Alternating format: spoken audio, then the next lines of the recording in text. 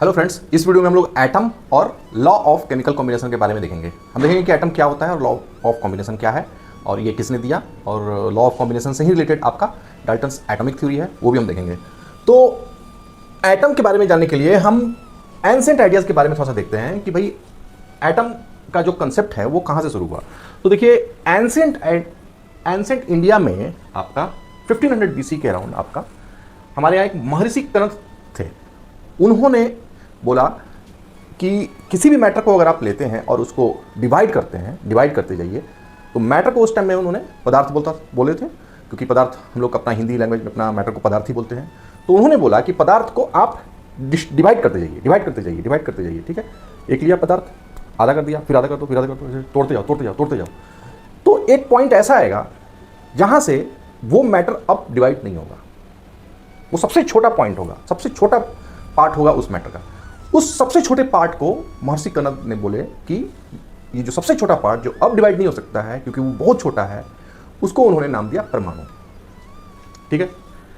फिर उसके बाद इस कंसेप्ट को पगुदा कात्यायन ने और इलेबोरेट किया और उन्होंने बोला कि ये अलग अलग टाइप के परमाणु कंबाइन होकर डिफरेंट टाइप्स ऑफ सब्सटेंस को बनाते हैं, ठीक है। तो ये हमारा एंसेंट इंडिया का कंसेप्ट हो गया जो 500 BC के अराउंड हुआ था। उसी एरा के आसपास, उसी पीरियड के आसपास ग्रीस में भी आपको डेमोक्रिटस एंड ल्यूसिपस करके फिलोसफर्स थे। उन्होंने भी सेम आइडिया दिया। जो मैटर्स हैं वो अगर आप उसको डिवाइड करते जाओगे तो एक पॉइंट आएगा, सेम आइडिया जो महर्षि कनक ने दिया था। इन दोनों के बीच में देखिए कोई कनेक्शन नहीं था, हिस्ट्री में यही लिखा हुआ है, कोई कनेक्शन नहीं था। ये अलग ग्रीस में थे और ये इंडिया में थे, लेकिन दोनों का कंसेप्ट लगभग एक जैसे था, ठीक है। तो उन्होंने भी, डेमोक्रिटस एंड ल्यूसिपस ने भी यही कहा कि मैटर को डिवाइड करते जाइए और एक पॉइंट ऐसा आएगा जहाँ से अब मैटर डिवाइड नहीं हो पाएगा, वो सबसे छोटा पार्ट रहेगा उस मैटर का, उसी को उन्होंने नाम दिया एटम। तो हमारे इंडियन फिलोसफर ने क्या नाम दिया? परमाणु। और ग्रीस के जो फिलोसफर थे उन्होंने क्या नाम दिया? एटम, ठीक है। तो ये कुछ एंशिएंट आइडियाज थे एटम के। 18th सेंचुरी के आसपास आपका साइंटिफिक डेवलपमेंट होने लगा।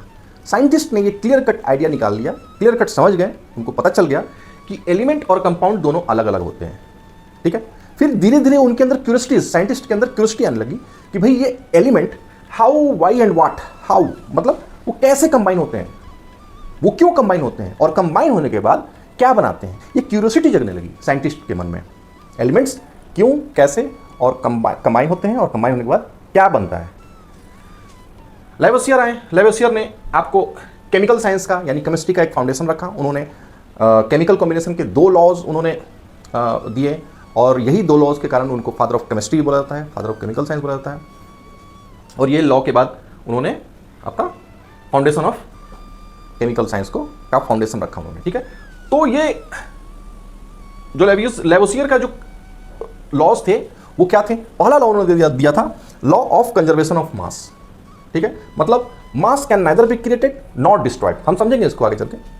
दूसरा लॉ था लॉ ऑफ कांस्टेंट प्रोपोर्शन, मतलब जो एलिमेंट्स हैं वो हमेशा एक डेफिनेट प्रोपोर्शन में ही कंबाइन होते हैं।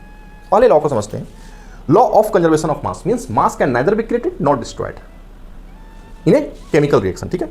अब केमिकल रिएक्शन का हम एक एग्जांपल लेते हैं। 2H2 + O2 क्या बनेगा आपका? 2H2O, है ना। ये केमिकल रिएक्शन आपका हुआ वाटर का। 2 मॉलिक्यूल लीजिए आप हाइड्रोजन का और 1 मॉलिक्यूल लीजिए ऑक्सीजन का, क्या बनेगा? 2 मॉलिक्यूल वाटर का। इसमें अगर आप देखेंगे तो दोनों में आपको atom, number of atom same है। अब आप मास निकालिए इनका, तो नंबर ऑफ एटम सेम है, तो क्या बोला? Law of conservation of mass, mass can neither be created not destroyed. तो मास निकालिएगा दोनों का तो आपको क्लियर कट दिखेगा कि mass of reactant is equal to mass of product. Atomic mass of reactant and atomic mass of product दोनों का equal होगा। तो यहां पर ना ही मास बना, जितना इसका मास था उतना ही इसका मास है, तो ना ही मास क्रिएट हुआ ना ही डिस्ट्रॉय हुआ। लेवोसियर ने ऐसा उनका अपने थ्योरी में उन्होंने बताया। दूसरा point law of constant proportion, ये प्राउस्ट ने दिया था। देखिए यहां थोड़ा सा ट्विस्ट है। जो लॉ ऑफ केमिकल कॉम्बिनेशन है इसको बोला जाता है कि लेवोसियर ने दिया, और लॉ ऑफ केमिकल कॉम्बिनेशन का जो दूसरा लॉ है लॉ ऑफ कांस्टेंट प्रोपोर्शन, इसको प्राउस्ट ने दिया था। तो एक लॉ को तो प्राउस्ट ने दिया, लेकिन पूरे लॉ को किसको बोला जाता है? लेवोसियर को। ऐसा क्यों होता है आप मुझे कमेंट करके बताइएगा। तो प्राउस्ट ने क्या बोला कि लॉ ऑफ कांस्टेंट प्रोपोर्शन, मतलब एलिमेंट्स हमेशा एक डेफिनिट प्रोपोर्शन में ही मिक्स होते हैं, कंबाइन होते हैं और नया सब्सटेंस बनाते हैं। कहने का मतलब क्या है कि H2O है वो आप कहीं से ले लीजिए, उसका सोर्स कुछ भी हो सकता है, आप इंडिया से ले लो, आप अमेरिका से ले लो, कहीं से भी ले लो। वाटर को H2O को आप कहीं बनाओ, रिएक्शन करके लैब में बनाओ या फिर कुछ भी करो, हमेशा H2O में एक फिक्स प्रोपोर्शन में ही आपके जो एलिमेंट्स हैं वो कंबाइन होंगे। मतलब हमेशा H2O में आपके 2 एटम हाइड्रोजन के और 1 एटम ऑक्सीजन के होंगे, चाहे आप कहीं से भी लाओ, उसका सोर्स कुछ भी हो सकता है। This is law of constant proportion, ठीक है। अब ये लॉज तो आ गया लेवोसियर के, ये लॉ आ गया, लॉ ऑफ केमिकल कॉम्बिनेशन। लेकिन अभी भी साइंटिस्ट जो लोग थे उनके मन में ये आ रहा था आखिर ऐसा क्यों होता है, ये conservation of mass law mass destroy और जनरेट क्यों नहीं होता है, आखिर ऐसा क्यों होता है, what is the reason behind it. And law of constant proportion का भी उन्होंने बोला कि आखिर भाई हमेशा एलिमेंट डेफिनेट प्रोपोर्शन में ही क्यों कंबाइन होते हैं। इसका आंसर साइंटिस्ट को नहीं मिल रहा था। इसी के आंसर को एक्सप्लेन करने के लिए डाल्टन्स ने अपना एक एटॉमिक थ्योरी रिलीज किया। डाल्टन्स ने क्या किया कि उन्होंने ग्रीस फिलोसफर्स के एटम्स को लिया, और जब अब तक क्या था, ये जो एटम का कंसेप्ट था ये केवल फिलॉसफी था, एक फिलोसफिकल कंसेप्ट था। लेकिन डाल्टन ने एटम को एक साइंटिफिक कंसेप्ट दिया, ठीक है, उसको एक साइंटिफिक बेस दिया, उसका एक साइंटिफिक रूप उनको दिया। मतलब क्या हुआ, ग्रीस के जो फिलोसफर्स थे उन्होंने एटम को एक फिलॉसफी के रूप में रखा और डाल्टन ने उनको साइंटिफिक रूप दिया।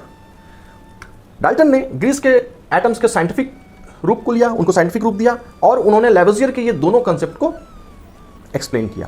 मतलब जो डाल्टन की जो एटॉमिक थ्योरी है वो लेवोसियर की यही दोनों लॉ पे बेस्ड है।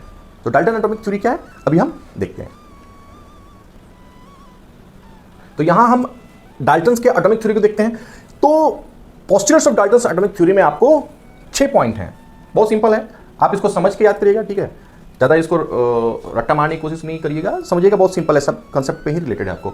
All matters are made up of atoms, जैसा हमने बात किया, ठीक है, एंशिएंट आइडियाज़ में भी यही था, एंशिएंट आइडियाज़ को लेके ही डाल्टन्स ने अपना पोस्टुलेट्स दिया। तो all matters are made up of atoms. Second, atoms are indivisible neither created not destroyed. आपका जो लेवोसियर के जो लॉज ऑफ केमिकल कॉम्बिनेशन है उसका पहला पॉइंट याद करिए, matters atoms are neither created not destroyed, mass का नाइदर क्रिएटेड नॉट डिस्ट्रॉयड करके था, तो atoms are neither created not destroyed, ये दूसरा पॉइंट हो गया। और यही पॉइंट जो है आपको लेवोसियर का जो फर्स्ट लॉ है, matters can neither be created not destroyed, उसको ये प्रूफ करता है, उसको वो एक्सप्लेन करता है। जैसा कि मैंने पहले ही बोला था कि डाल्टन्स की एटॉमिक थ्योरी क्यों आई थी, वो लेवोसियर की जो लॉ ऑफ कॉम्बिनेशन थ्योरी है उसी को एक्सप्लेन करने के लिए डाल्टन्स ने अपनी थ्योरी लेके आए थे। तीसरा point, atoms of a given elements are identical in mass and chemical properties. अरे भाई वो तो क्लियर ही है कि जो गिवन एलिमेंट्स हैं, एटम्स, एक गिवन एक एलिमेंट आपके पास है तो उसके जितने भी एटम्स होंगे तो सबके तो मास और केमिकल प्रॉपर्टीज सेम ही होगी, ठीक है। Fourth point, atoms of different elements are having different mass and chemical properties, simple, इसी का अपोजिट है, थर्ड का opposite. Fifth, atoms combine in small whole number ratios to form compound. ये जो fifth point है ये आपका लॉज ऑफ केमिकल कॉम्बिनेशन का दूसरा पॉइंट जो प्राउस्ट ने दिया था, क्या बोला था कि elements in a compound combines in a definite proportion by mass, ठीक है। तो atoms combine in small whole numbers ratios to form compound. इसका मतलब क्या है, अगर मान लीजिए कि हम H2O का एग्जांपल लेते हैं तो ऐसा नहीं है, देखिए इसमें 2 हाइड्रोजन के 2 एटम हैं, तो ऐसा नहीं होगा कि हाइड्रोजन के 2.5 एटम हो गए, ऑक्सीजन के 1.5 एटम। होल नंबर में ही हमेशा कोई भी कंपाउंड लीजिए तो उसका एलिमेंट हमेशा होल नंबर में ही होगा। कोई भी ऐसा एलिमेंट नहीं, कोई भी ऐसा कंपाउंड नहीं है जिसमें एलिमेंट 0.5 करके कंबाइन हुआ है, 1.5 करके कंबाइन हुआ है, 2.5 करके, ऐसा नहीं है, होल नंबर में ही एलिमेंट जो है वो कंबाइन होते हैं। तो फिफ्थ पॉइंट क्या था, atoms combine in small whole number ratios to form compound. ये आपका लॉ ऑफ केमिकल कॉम्बिनेशन का दूसरे लॉ को एक्सप्लेन करता है। कैसे एक्सप्लेन करता है कि अगर मैं H2O का एग्जाम्पल लूँ, पानी का एग्जाम्पल लूँ, तो आप पानी कहीं से भी ले आइए, लंदन से, अमेरिका से, इंडिया से, या फिर कहीं इसको लैब में आप बनाइए, समुद्र का पानी लीजिए, कुआं का पानी लीजिए, आप देखिएगा कि जो एलिमेंट्स हैं, एलिमेंट्स क्या क्या हैं, हाइड्रोजन एंड ऑक्सीजन, ठीक है। ये जो मॉलिक्यूल्स हैं हाइड्रोजन और ऑक्सीजन के, जो नंबर ऑफ एटम्स जो हैं वो हमेशा डेफिनेट रहेंगे, हमेशा फिक्स रहेंगे। क्या रहेंगे उसमें, हाइड्रोजन के 2 एटम, और ऑक्सीजन के 1 एटम, हमेशा फिक्स रहेगा। तो atoms combine in small whole number ratios to form compound. Whole number के रेशियो में ये कंबाइन होते हैं। छठा पॉइंट देखते हैं। छठा पॉइंट क्या कहता है, relative number and kinds of atoms remains constant in A given compound.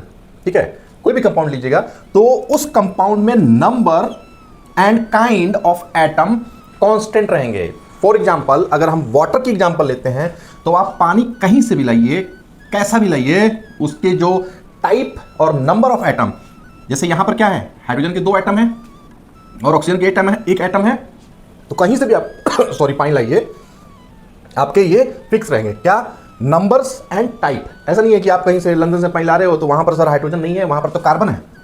ठीक है, वहां तो कार्बन है पानी में, हाइड्रोजन की जगह पे वहां तो कार्बन मिलता है। ऐसा नहीं, वहां भी H2O ही रहेगा। छठा पॉइंट देखते हैं।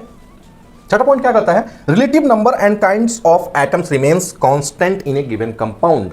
ठीक है, कोई भी कंपाउंड लीजिएगा तो उस, और हाइड्रोजन के 2 एटम ही रहेंगे। ऐसा नहीं कि वहां पर पानी लेके आओ कहीं से कि सर मैं लैब से बना के लाया था पानी, उसमें मैंने चेक किया था तो उसमें H3O हो गया, हाइड्रोजन के 3 एटम हो गए। नहीं, किसी भी कंपाउंड में, किसी भी कंपाउंड का आपको जो रिलेटिव नंबर है और काइंड है एटम के, वो आपके कांस्टेंट रहेंगे। कोई भी डाउट होगा आप कमेंट करके जरूर पूछिएगा। Thank you.